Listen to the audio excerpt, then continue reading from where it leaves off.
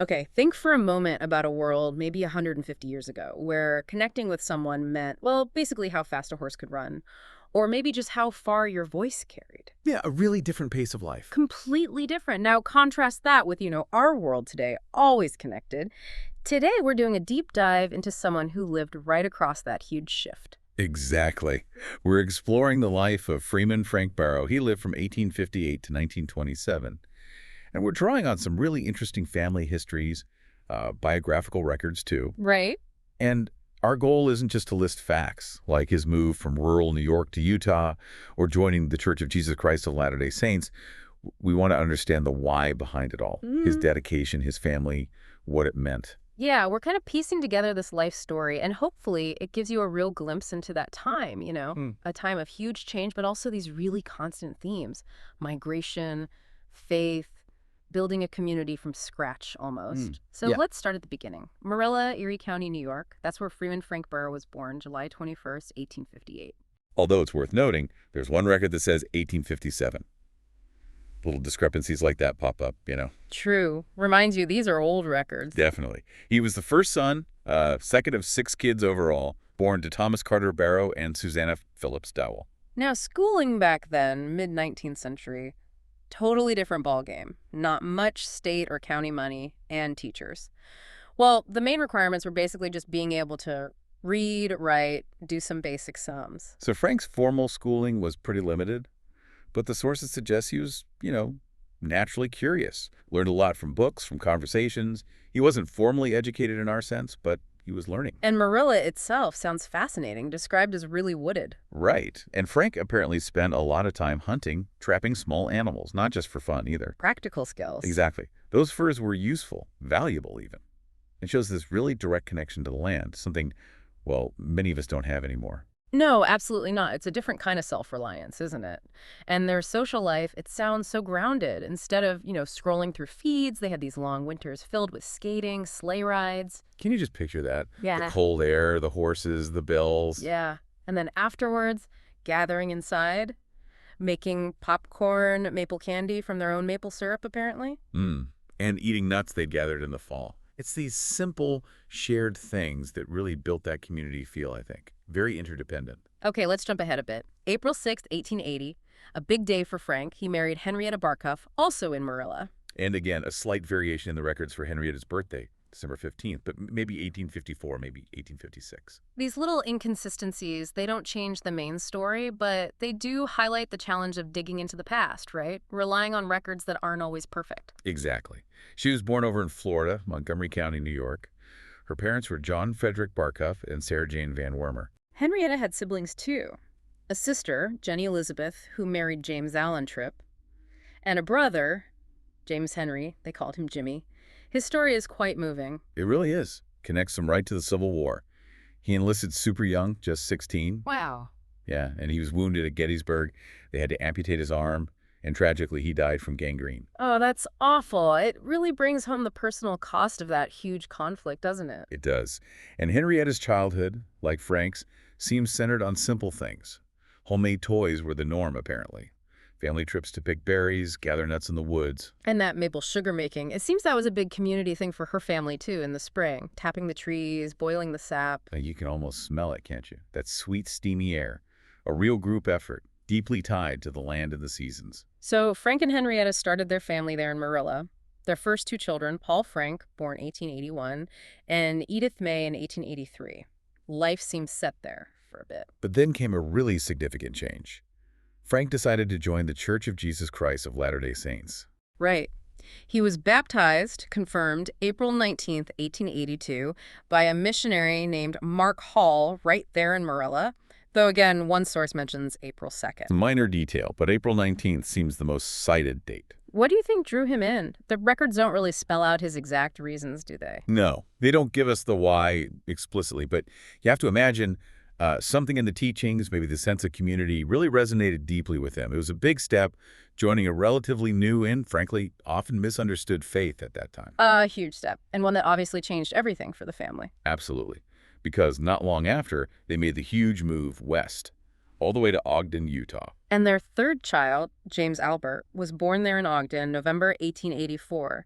Henrietta must have joined him on this path fairly soon after arriving. Yes, she was baptized the following year, August 24th, 1885. Mm-hmm. James Birch performed the baptism, Benjamin Critchlow the confirmation, right there in Ogden.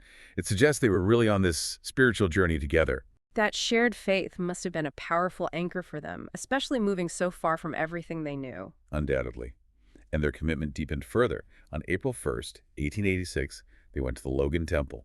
They were endowed and sealed there.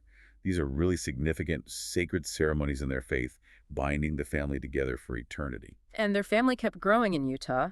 Thomas William was born in August 86, Ethel Susanna in October 88, and then Sarah Mabel in February 1891. So they were really putting down roots. They were. But life wasn't easy. There was tragedy alongside the growth. Their son, James Albert, the first one born in Utah, he died in October 1888. Oh, no. How old was he? He was almost 4. Membranous croup, the records say. It's just heartbreaking to think about. Especially, gosh, Ethel was born just 3 days later, wasn't she? Exactly. Imagine that emotional whiplash. Welcoming a new baby while grieving the loss of another. It really underscores how precarious life could be then. It really does. So after Sarah was born in 91, they moved again. Yes. One more move. To a place called Warren, out in Weber County, about 16 miles west of Ogden. And the description of Warren back then, pretty stark. Mostly hot sand, sagebrush, cactus. Quite the change from the woods of New York. You're telling me. What kind of challenges would that have presented? Adapting must have been intense. Oh, immense. The climate, the landscape, finding water, figuring out how to farm that kind of land. It would have demanded incredible resilience. Which Frank clearly had. Absolutely. He didn't just cope, he actively shaped the environment. He had a well drilled, which was crucial. He planted trees, a long-term investment, and he built this large reservoir, stocked it with carp. Wow, creating his own water source, essentially. Pretty much, turning that dry land into something productive.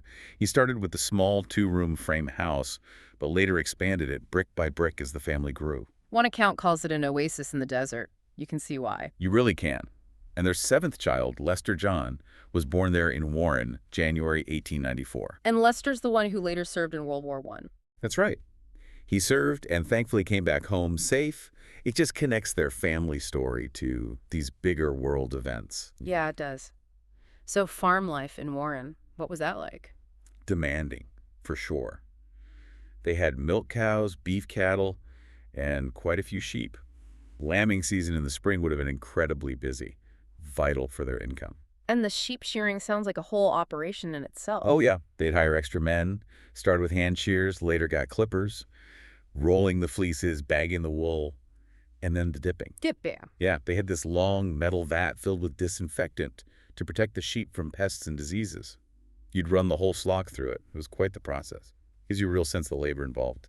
Definitely paints a picture. And Henrietta wasn't just running the household, was she? She was very active in the community, too. Very, especially in the church. She taught primary for the kids, Sunday school too. She was a Relief Society secretary for a while, and then later she became the Relief Society president for the West Warren branch. For how long? For about 10 years, from roughly 1916 to 1926. That was a really important leadership role for women in the community. It sounds like she was a real pillar. The sources mention her caring for the sick, the lonely. Yes, consistently described as very compassionate. The Barrows were known for their hospitality too. Their home was a welcoming place. And Frank was just as involved in the church. He served as the presiding elder for many years, which is like the lay leader of the local congregation. Also superintendent of the Sunday school for a long time. And he enjoyed the social side too, apparently, calling dances. Yeah. He loved the war dances he'd call the square dances, the Virginia reels. Those dances were important social events, a way for everyone to connect and have some fun. That's great. And then adding to all this, Frank served a mission. He did. From May 1907 to January 1909. He went back east to the Eastern States Mission. Wow, leaving the farm and family for nearly 2 years. That's a huge commitment, especially at that stage of life. It really speaks to his conviction, doesn't it? A deep sense of duty to share his faith, even going back to the region he originally came from. He sounds like an incredibly dedicated person overall, described as a hard worker right up to the end. Yes, and there's that detail about his wish, wanting to die with his boots on. And he sort of did, didn't he? In a way, yes. His health was failing, but he insisted on going out to help with the irrigation ditch. Yeah. He had a heart attack right there, working. Passed away May 9th, 1927. A life lived fully, right to the last. He's buried in the Ogden City Cemetery. That's right. Henrietta lived on for another decade. She stayed on the farm for a few years with Lester and his family. They took over the farm eventually. Where did she go after that? She lived with her daughter Edith for a time. Then she had a bad fall, dislocated her hip, which really limited her mobility. After that, she lived with her daughter Ethel, first in Warren, then later they moved to Ogden City. It sounds like she faced her own challenges later in life. She did. She even suffered a stroke eventually, became bedridden. But the accounts say she remained remarkably cheerful, strong in her faith through it all. That's incredible resilience. It is. She passed away May 31st, 1937, and was buried right beside Frank in Ogden. Their journey completed together. And their legacy lived on through their children. Very much so. All their children who lived to adulthood were active in the church, serving in leadership, teaching. It shows how deeply those values were passed down. Even their son, Paul Frank, who died before his father, his wife, Lucy Rosetta White, and their children, like Glenna Ruth, they continued the family line there in Utah.